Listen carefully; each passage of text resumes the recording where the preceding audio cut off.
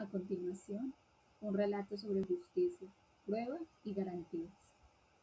La madrugada del 23 de febrero de 2024, en la ciudad de Pereira avanzaba en silencio. Bajo el puente vehicular de la avenida 30 de agosto con calle 41, caminaba sola María Sánchez. Era un trayecto conocido, casi rutinario. Dudas simples cruzaban su mente: volver a casa o prolongar la noche, sin imaginar que en ese espacio oscuro alguien la observaba. No solo la observaba, la esperaba. Era Juan Camilo Pérez García. En ese instante, la normalidad se quebró. La agresión sexual que siguió no solo dejó una herida profunda en una vida, sino que dio origen a un conflicto que el sistema de justicia estaba obligado a enfrentar. Bajo ese puente no solo ocurrió un delito, se rompió el silencio que precede a toda intervención penal. Horas después, la noticia criminal ingresó al sistema con un número erradicado, un código frío y técnico, que sin embargo contenía una acusación de extrema gravedad: presunto acceso carnal violento. El caso dejó de ser un hecho aislado para convertirse en un problema del sistema penal acusatorio colombiano, un modelo que no presume la verdad, sino que la exige probada en juicio oral, público y contradictorio. El expediente comenzó a construirse con fragmentos: el lugar oscuro bajo el puente, el relato de la víctima, los hallazgos materiales, los informes periciales, la narración de los funcionarios que acudieron después. Cada pieza tenía peso, pero ninguna era suficiente por sí sola. En este sistema, la verdad no se intuye, se construye probatoriamente. La Fiscalía General de la Nación asumió su rol con una carga clara: demostrar, más allá de toda duda razonable, que los hechos ocurrieron y que el acusado era responsable. La defensa, por su parte, se preparó para ejercer la función que legitima el Estado constitucional: controlar la legalidad de la investigación, cuestionar las inferencias y garantizar que ninguna condena se funde en atajos ni en presunciones. En esta historia, el protagonista no es una persona, sino un principio: el método probatorio. El testimonio de María era el eje central del proceso, y con él surgía una pregunta estructural del derecho penal contemporáneo: ¿puede la declaración de una sola persona ser suficiente para sustentar una condena?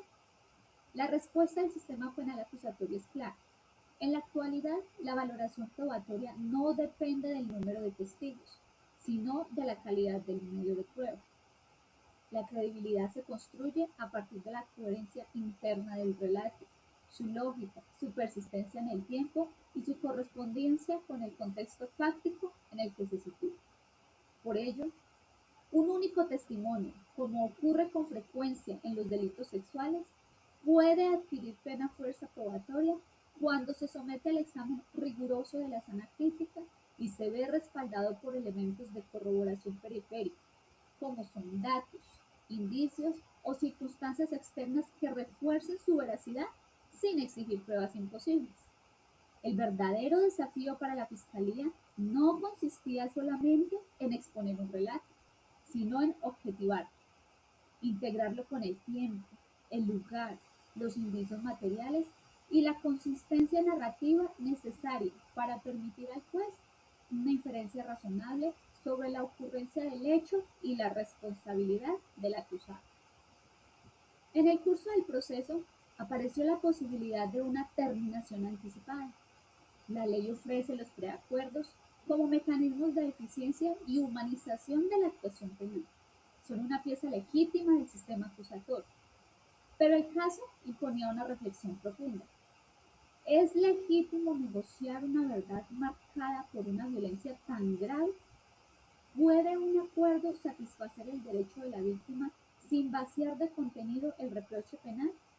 El debate no era negociar, no era si negociar ahorraba tiempo, era si servía a la justicia. La postura crítica fue clara: no se negocia la verdad, no se reduce el daño simbólico, no se instrumentaliza a la víctima para mejorar estadísticas. Pero la postura positiva también tuvo lugar: si hay negociación, debe ser excepcional, con participación informada de la víctima, con control judicial estricto, con aceptación clara de responsabilidad y sin vandalizar la violencia. La justicia negociada no era un atajo, era una opción condicionada a estándares éticos y probatorios altos. El juicio se consolidó como el escenario decisivo. Allí la prueba dejó de ser un conjunto de documentos para transformarse en discurso oral, contradicción y razonamiento. El testimonio fue escuchado con seriedad, las preguntas se formularon con técnica, los alegatos buscaron convencer con argumentos y no con emociones. En ese espacio, el juez no fue un espectador, sino un garante del método, llamado a custodiar simultáneamente la dignidad de la víctima y las garantías del acusado, entendiendo que solo desde ese equilibrio la decisión puede considerarse legítima. Más allá del sentido final del fallo, el caso dejó una enseñanza clara y profunda. La justicia penal no se legitima por la rapidez ni por la intuición, sino por el método. La verdad no se presume ni se negocia, se prueba. Y solo cuando esa prueba se construye con rigor, respeto por las garantías y genuina atención a la voz de la víctima, el Estado cumple su promesa de justicia. Bajo aquel puente ocurrió un hecho que marcó vidas. En los estrados judiciales ocurrió algo igualmente importante, la oportunidad de demostrar que la justicia puede responder con seriedad, humanidad y técnica, incluso cuando el silencio de la madrugada parecía haberlo cubierto todo. Fin.